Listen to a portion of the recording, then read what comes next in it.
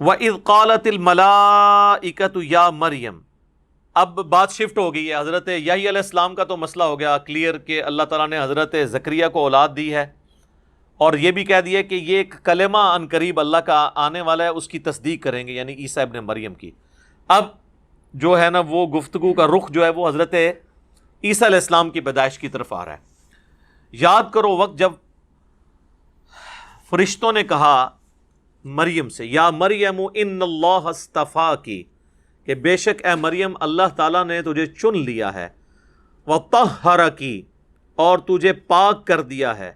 واصطفاکی علی نساء العالمین، اور تمام جہان والی عورتوں پر فضیلت دیتے ہوئے تجھے چن لیا ہے۔ آپ دیکھ رہے ہیں یہ عربی کے سیغے کی کے ساتھ آ رہے ہیں، اس لیے کہ یہ مونس کے سیغے۔ اگر یہ مذکر کا سیغہ ہوتا تو ہوتا ان اللہ اصطفاکا، تو یہ کی جو ہے وہ اس کی وجہ سے آیا۔ بخاری اور مسلم میں حدیث ہے کہ اگلے زمانے میں جو گزر چکے، اللہ تعالیٰ نے سیدہ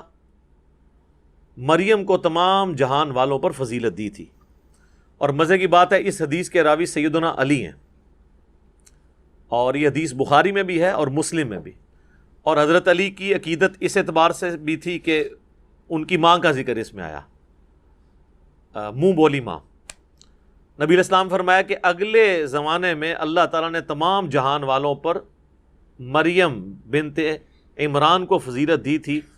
اور اس زمانے میں تمام جہان والی عورتوں پر ختیجہ کو فضیلت دی ہے سلام اللہ علیہا، جو حضور علیہ السلام کی پہلی بیوی اور اتنی لاڈلی بیوی کہ ان کی زندگی میں دوسری شادی بھی نہیں کی، 24 سال تک نبی علیہ السلام نے دوسری شادی نہیں کی، حتیٰ کہ ان کی ڈیتھ ہو گئی۔ تو ان کی پرورش سیدنا علی کی حضرت ختیجہ نے کی ہوئی تھی، اور یہ اللہ تعالیٰ نے دنیا میں بدلہ اتروا دیا۔ حضرت علی کے والد نے نبی صلی اللہ علیہ وآلہ وسلم کی پرورش کی، اور ان کے بیٹے کی پرورش نبی علیہ السلام نے کی۔ تو یہاں پر اللہ تعالیٰ نے حضرت مریم کی فضیلت بیان کی۔ اب یہ آپ دیکھ لیں، یہ ٹین ایج میں ہیں سیدہ مریم، بلو 20 ہیں جب یہ ان سے فرشتے کلام کر رہے ہیں۔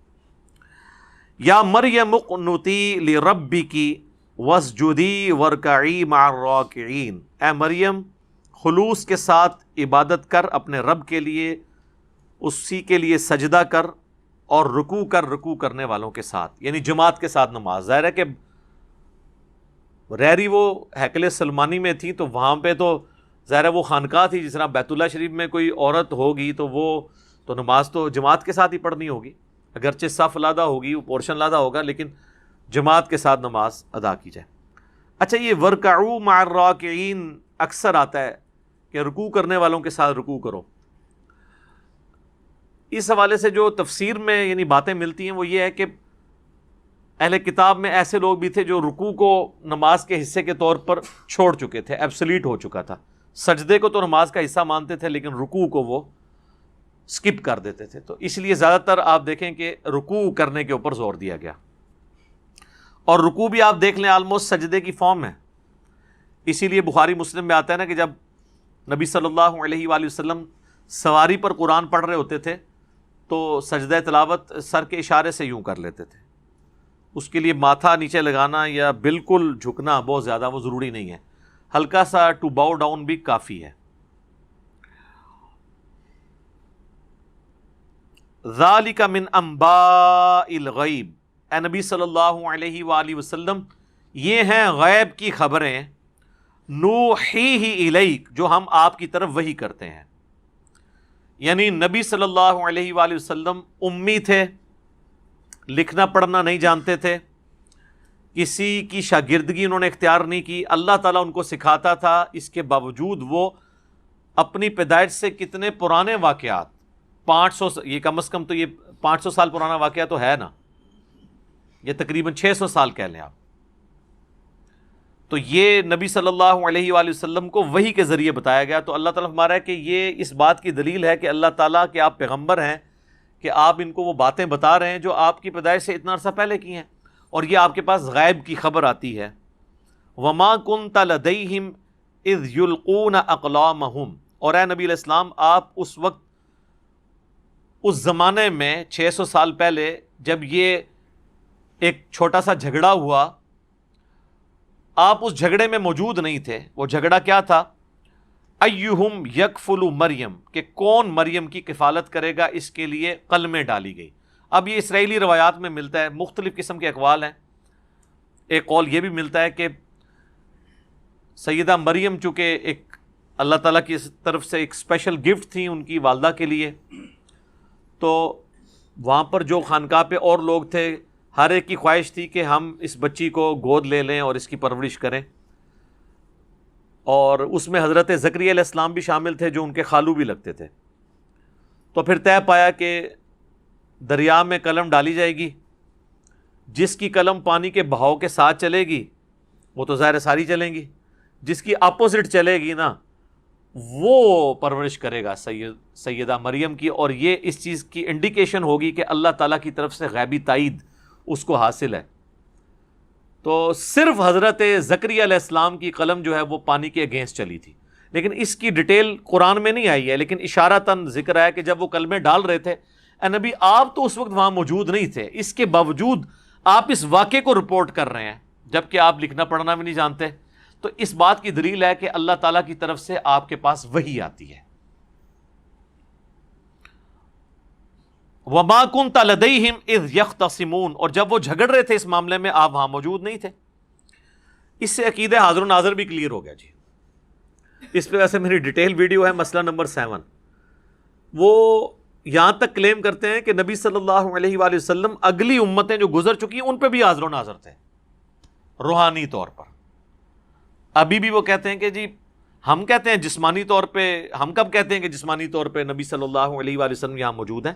بلکہ آپ روحانی طور پر موجود ہیں۔ جسمانی طور پہ آپ مدینہ شریف میں اپنی قبر میں ہیں، اور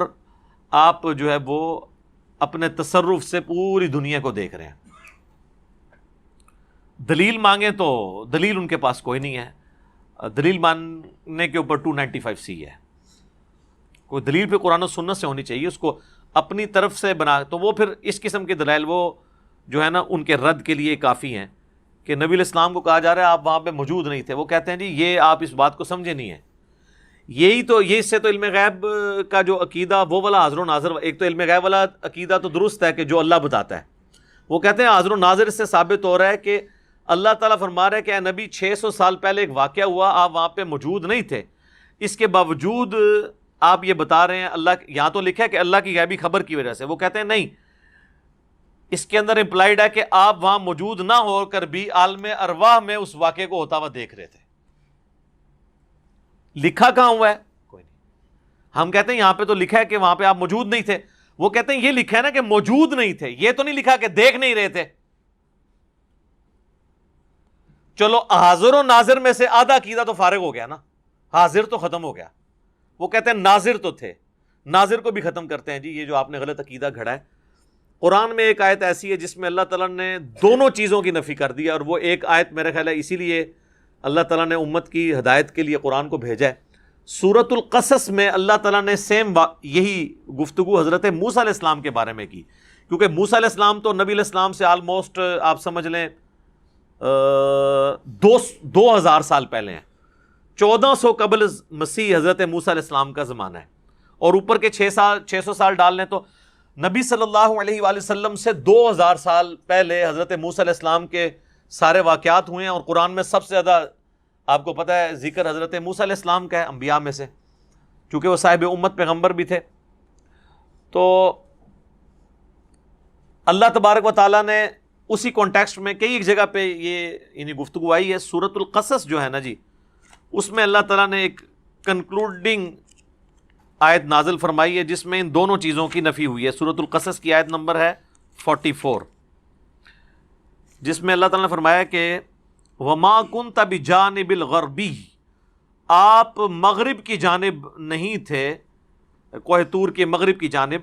اِذْ قَضَيْنَا إِلَى مُوسَى الْأَمْرَ، جبکہ ہم موسیٰ علیہ السلام پر حکم وحی نازل فرما رہے تھے۔ یعنی آپ حضرت موسیٰ کے زمانے میں اس جگہ پر کوہ طور کے پاس موجود نہیں تھے، تو آپ یہ کیسے بیان کر رہے ہیں؟ اللہ کی وحی سے۔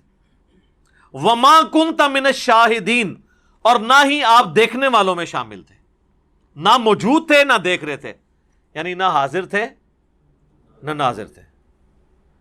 اب یہاں پہ آ کے اعلیٰ حضرت احمد رضا بریلوی صاحب نے ترجمہ ہی چینج کر دیا، اور ترجمہ یہ کیا کہ نہ آپ حاضر تھے نہ موجود تھے، ایک ہی لفظ یعنی مختلف الفاظ استعمال کر دیے۔ شاہد کا ترجمہ باقی ہر جگہ وہ حاضر و ناظر کرتے ہیں، یہاں وہی شاہد لفظ آیا، یہاں ترجمہ بدل دیا۔ اور ان کے جو پوتا شاگرد ہیں مفتی احمد یار خان نعیمی صاحب، انہوں نے جال حق کے اندر یہ آیت ہی آدھی لکھ دی، جو اس بات کا ثبوت ہے انہیں سمجھ آ گئی ہے ہمارے خلاف ہے آیت۔ انہوں نے آدھی آیت لکھی، اور حاضر و ناظر پہ جو اعتراض کیا جاتا ہے نا جن آیات کے ذریعے، اس میں سے انہوں نے لکھا کہ یہ بھی لوگ مخالفین ہمیں یہ آیت پیش کرتے ہیں وَمَا كُنْتَ بِجَانِبِ الْغَرْبِيِّ اِذْ قَضَيْنَا إِلَىٰ مُوسَى الْأَمْرَ، اور اگلے جو 3 لفظ تھے، صرف کوئی یہ نہیں کہ کوئی 3 کلومیٹر لمبی تھی وہ کوئی آیت، 3 لفظ چھوڑ دیے اور کہا اس میں تو لکھا ہے کہ اے نبی تم وہاں پر موجود نہیں تھے۔ تو ہم بھی کہتے ہیں کہ وہاں پہ موجود نہیں تھے، لیکن وہاں پہ ناظر تھے، دیکھ رہے تھے، اور وہ اسی آیت میں وَمَا كُنْتَ مِنَ الشَّاهِدِينَ، اور آپ دیکھ بھی نہیں رہے تھے۔ یہ آیت کا ٹکڑا ہی نکال دیا بیچ میں سے، لیکن ہم پھر بھی کہتے ہیں کلمہ گو مسلمان ہیں۔ ہو سکتا ہے کہ ان کو کاتب کی غلطی ہو، کتابیں چینج ہو گئی ہوں، جو مرضی آپ کہانیاں کراتے رہیں، اللہ کو جواب دیں گے۔ ہمارا کام صرف ایکسپوز کرنا ہے کہ ان لوگوں نے کس طریقے سے قرآن کے عقائد میں اپنا لقمہ ڈالنے کی کوشش کی ہے۔